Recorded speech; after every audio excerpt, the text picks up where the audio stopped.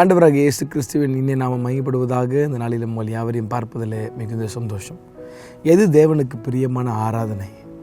எனக்கு நிறைய விதமான வர்ஷிப்ஸ் இருக்குல்ல, ஆனால் பைபிள் ஒரு வர்ஷிப் குறித்து சொல்லுது. வர்ஷிப் என்பது வெறும் பாடல்கள் அல்ல, ஒரு செட் ஆஃப் சாங்ஸ் எடுத்து நடத்துறது அது மட்டும் இல்லை. ஆராதனை என்பது அர்ப்பணிப்பு. அது ரொம்ப விளக்கமாக அப்போஸ்தலனாகிய பவுல் ரோமருக்கு எழுதுகிற நிருபத்தில் சொல்கிறார் பாருங்கள், 12:1.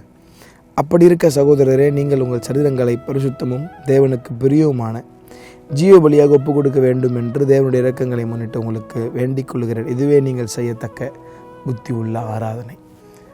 வேதத்தில் புத்தி உள்ள ஆராதனைன்னு ஒன்று கர்த்தர் சொல்கிறார். எது? Offering as as a holy sacrifice.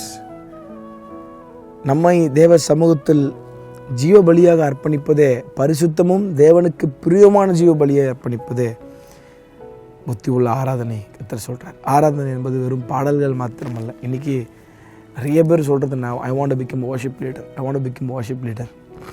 நல்லது, ஆனால் எது உண்மையான ஆராதனை? வெறும் பாட்டு பாடுறது மாத்திரமல்ல, சரீரங்களை தேவனுக்கு பிரியமான ஜீவ பலியாக இப்போ கொடுக்கணும். அப்போ தினந்தோறும் தேவ சமத்தில் இப்போ கொடுக்கும்போது, தேவனுக்கு பிரியமாய் நடக்கும்போது, அது தேவனுக்கு பிரியமுள்ள ஒரு ஆராதனையாக மாறும்.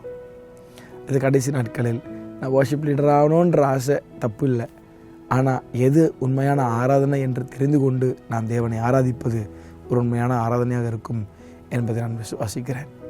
தேவனுக்கு பிரியமான உங்கள் சரீரங்களை, offer every part of your body as a holy sacrifice அப்படின்றார்.